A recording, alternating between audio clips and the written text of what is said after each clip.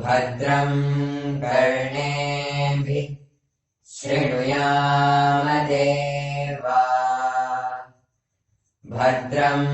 पश्येमाक्षभिर्यजत्राः स्थिरैरङ्गैस्तुष्टुवागुंसस्तानुभिः व्यासेम देवहितं यदायुः स्वस्ति न इन्द्रो वृद्धस्रवाः स्वस्ति न पूषा विश्ववेदाः स्वस्ति नस्तार्क्ष्यो अरिष्टनेमिः स्वस्ति नो बृहस्पतिर्दधातु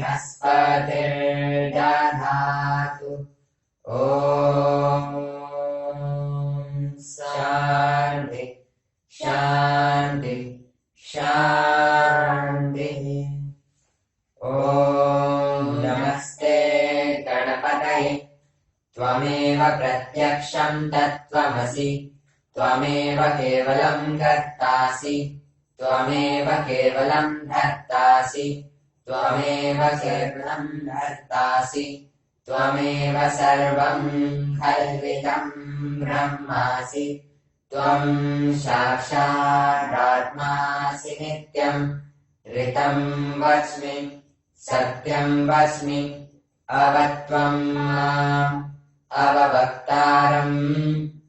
अवश्रोतारम् अवदातारम् अवधातारम् अवानुचानवशिष्यम्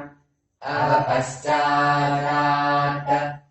अवपुरस्तात् अवोत्तरात् अवदक्षिणात् अवचोर्ध्वात् अवाधरात् सर्वतो मां पाहि पाहि समन्तात् त्वं वाङ्मयस्त्वं चिन्मयस्त्वं आनन्दमयस्त्वं ब्रह्ममयस्त्वं सच्चिदानन्दाद्वितीयोऽसि त्वं प्रत्यक्षं ब्रह्मासि त्वं ज्ञानमयो विज्ञानमयोऽसि सर्वं जगदिदं त्वत्तो जायते सर्वं जगदिदं त्वत्तस्तिष्ठति सर्वं जगदिदं त्वयि लयमिष्यति सर्वं जगदिदं त्वयि प्रत्येति त्वं भूमिरापो नलो निलो नभः त्वं चत्वारि वाक्पदानि त्वं गुणत्रयातीतः त्वं देहत्रयातीतः त्वं कालत्रयातीतः त्वं मूलाधारस्थितोऽसि नित्यं त्वं शक्तित्रयात्मकः त्वां योगिनो ध्यायन्ति नित्यं त्वं ब्रह्मा त्वं विष्णु त्वं रुद्र त्वम् इन्द्र त्वम् अग्नि त्वं वायु त्वं सूर्य त्वं चन्द्रमास्त्वं ब्रह्मभूर्भुवस्वरो गणादिं पूर्वमुच्चार्य वर्णादिं तदनन्तरम् अनुस्वारः परतरः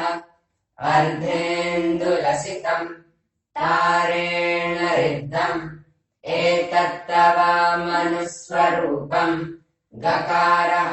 पूर्वरूपम् अकारो मध्यमरूपम् अनुस्वारश्चान्त्यरूपम् बिन्दुरुत्तररूपम् नादः सन्धानम् सहिता सन्धि शैषा गणेशविद्या गणकऋषि